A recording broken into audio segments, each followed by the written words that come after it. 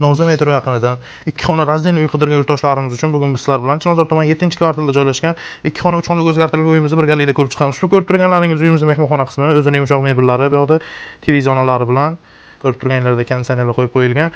Bu yerda esa oshxonamiz o'rnini uyimiz egalari tomonidan balkonga ko'chirib, bolalar xonasiga o'zgartirilgan. Ko'rib turganinglardek bolalar xonasida ham kerakli barcha texnikalar va mebellar qo'yilgan. Uyimiz 4 qavatli binoni 3-qavatda joylashgan.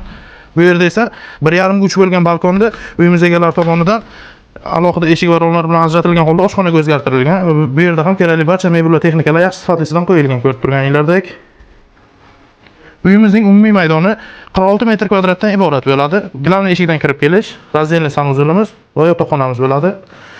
Sanuzelimiz ko'rib turganinglardek remontdan keyin hali hech kim yashamagan. Barcha mebel va texnikalar yangi. Hojatxonamiz, kafelar yaxshidan terilgan. Bu yerda esa ota-onalar yotoqxonasi. Ko'rib turganinglardek sifat va rang uyg'unligiga alohida e'tibor berib, did bilan ta'mirlangan neoklassik uslubda. Ushbu uyimizni mo'ljalga keladigan bo'lsak, Chilonzor 7-kvartal 90 metrgacha piyoda bor yo'g'i 10 daqiqalik masofada joylashgan sport tovar chorrahasida joylashgan ushbu uyimizda videoda ko'rgan barcha mebel va texnikalaring bilan birgalikda uyimiz egalari 78 ming AQSh dollar baholashmoqda. Agarda kimga bir qiziq bo'lsa, opsioniyadagi raqamlarga qo'ng'iroq qilishingiz mumkin.